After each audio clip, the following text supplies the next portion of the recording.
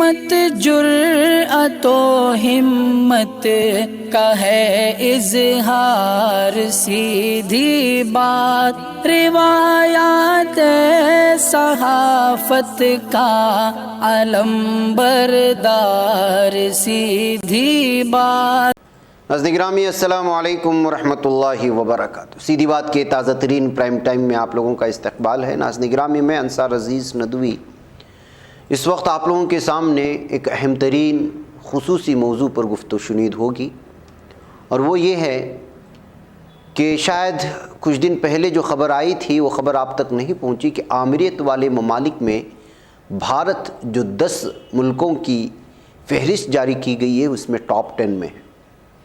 چاہے بھارت میں مختلف ریاستوں میں بی جے پی حکومت بنا رہی ہو، الگ الگ طرح کے اعلانات آ رہے ہیں جو آپ کے سامنے ہیں، جو حالات اس وقت ہیں، ایسے میں وہ رپورٹ ضرور آپ لوگوں کے سامنے رکھنی چاہیے۔ ناظرین گرامی، تفصیلات کے ساتھ رکھوں گا، اس سے پہلے آپ لوگوں سے درخواست ہے کہ جن احباب نے ہمارے چینل کو سبسکرائب نہیں کیا ہے کر لیں، اور ہماری ان ویڈیوز کو دوسروں تک پہنچانے میں ہماری مدد کریں، لنک کو شیئر کریں۔ ادارے کی مضبوطی ناظرین گرامی آپ لوگوں کی مضبوطی ہے، اور آپ جانتے ہیں کہ آپ کو کرنا کیا ہے۔ ناظرین گرامی، دنیا بھر میں جمہوری صورتحال کے بارے میں وی ڈیم یعنی کہ ویرائٹیز آف ڈیموکریسی انسٹیٹیوٹ کی ایک حالیہ رپورٹ کے مطابق ہندوستان دنیا کے ان 10 ممالک میں شامل ہے جہاں ایک مطلق العنان حکومت ہے۔ اس فہرست میں ای سلواڈور، ترکی اور ہنگری بھی شامل ہیں۔ وہیں رپورٹ کے اندازوں سے ظاہر ہوتا ہے کہ ملک میں جمہوریت کی صورتحال مزید خراب ہوگی۔ اب تک جو خراب ہوئی ہے مزید خراب ہو سکتی ہے۔ دی وائر کی ایک رپورٹ کے مطابق گزشتہ سال کی رپورٹ میں ہندوستان کی درجہ بندی انتخابی تاناشاہی والے ملک کے طور پر کی گئی تھی۔ ہندوستان کا ایک شرمناک مظاہرہ اس سال بھی جاری رہا۔ اس کے نتیجے میں ہندوستان جمہوریت کے معاملے میں فہرست میں نیچے سے 40 سے 50% ممالک میں شامل ہے۔ 2014 میں بی جے پی اور وزیر اعظم نریندر مودی کے اقتدار میں آنے کے بعد سے ہندوستان میں جمہوریت کی سطح میں زبردست گراوٹ دیکھی گئی۔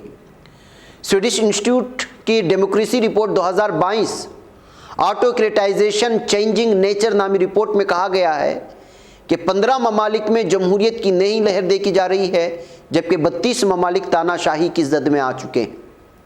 وی ڈیم کے لبرل ڈیموکریسی انڈیکس LDI کی بنیاد پر ممالک کی درجہ بندی کی گئی ہے، جس میں جمہوریت کی انتخابی اور لبرل دونوں پہلوؤں کو شامل کیا جاتا ہے، اور جمہوریت کی سب سے نچلی سطح 0 اور اعلیٰ سطح 1 مانی جاتی ہے۔ رپورٹ سے پتہ چلتا ہے کہ گزشتہ ایک دہائی کے دوران ایشیا پیسیفک خطے میں Afghanistan, Bangladesh, Cambodia, Hong Kong, Thailand اور فلپائن کے ساتھ ہندوستان میں تاناشاہی رویے کی صورتحال مزید خراب ہوئی ہے۔ رپورٹ میں کہا گیا ہے کہ تاناشاہی کے معاملے میں سرفہرست ممالک میں سے کم 6 میں تکثیریت کی مخالف جماعتوں کی حکومت ہے۔ یہ 6 ممالک برازیل، ہنگری، انڈیا، پولینڈ اور سربیا اور ترکی ہیں۔ رپورٹ میں یہ بھی کہا گیا ہے کہ تکثیریت کی مخالفت کرنے والی جماعتوں ان کے رہنماؤں میں جمہوری عمل سے وابستگی کا فقدان ہے۔ وہ اقلیتوں کے بنیادی حقوق کو نظر انداز کرتے ہیں، سیاسی مخالفین کو دبانے کی حوصلہ افزائی کرتے ہیں اور سیاسی تشدد کی حمایت کرتے ہیں۔ یہ حکمراں جماعتیں قوم پرست اور رجعت پسند ہوتی ہیں۔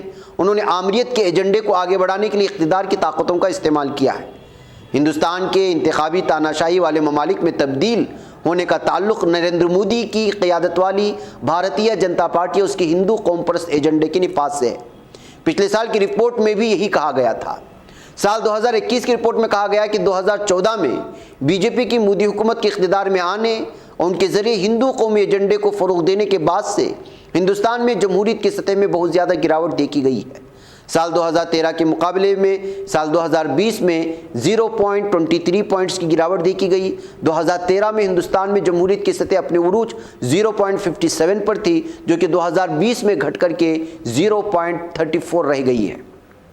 پچھلے 10 سالوں میں دنیا کے کسی بھی ملک میں یہ سب سے بڑا اتار چڑھاؤ دیکھنے کو ملا ہے۔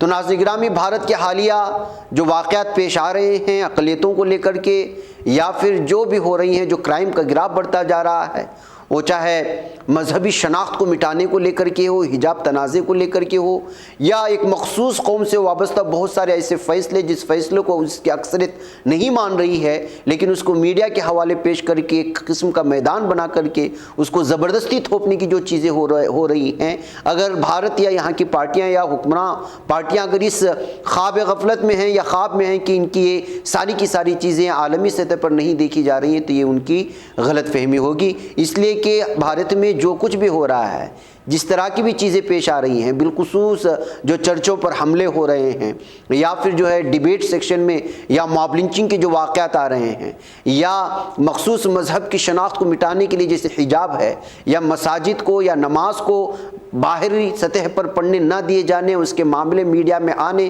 سوشل میڈیا میں پھیلنے، پھر اس پر تبصرے ہونے، ان تمام چیزوں پر جب تبصرے سامنے آ رہے ہیں تو عالمی سطح پر ان تمام چیزوں کو دیکھ کر کے اس وقت بھارت کو تاناشاہی والے ملکوں کی فہرست میں انٹرنیشنل بڑی جو الگ الگ طرح کی تحقیق کرنے والے اور سروے کرنے والی تنظیمیں ہیں، وہ جو ہے اس وقت بھارت کو الگ ہی نظرے سے دیکھ رہے ہیں۔ ایسے حالات میں آپ اندازہ لگا سکتے ہیں کہ انٹرنیشنل تنظیمیں جب لگاتار اس طرح کی رپورٹ سامنے پیش کریں گے تو عالمی سطح پر بھارت کا کس طرح نام سامنے آئے گا، یا بدنام ہو کر کے یا اچھے کی طریقے سے، یا پھر آگے جا کر کے عالمی سطح پر بھارت کا کس طرح کا نقشہ ہے، کس طرح کی تصویر نکل کر کے آ سکتی ہے۔ بہرکیف ناظرین گرامی، یہ بہت ہی ضروری رپورٹ تھی جو آپ لوگوں کے سامنے پیش کر دی گئی۔ مجھے یہاں پر اجازت دیں، انشاءاللہ پھر آپ لوگوں سے ملاقات ہوگی۔ السلام علیکم ورحمۃ اللہ وبرکاتہ۔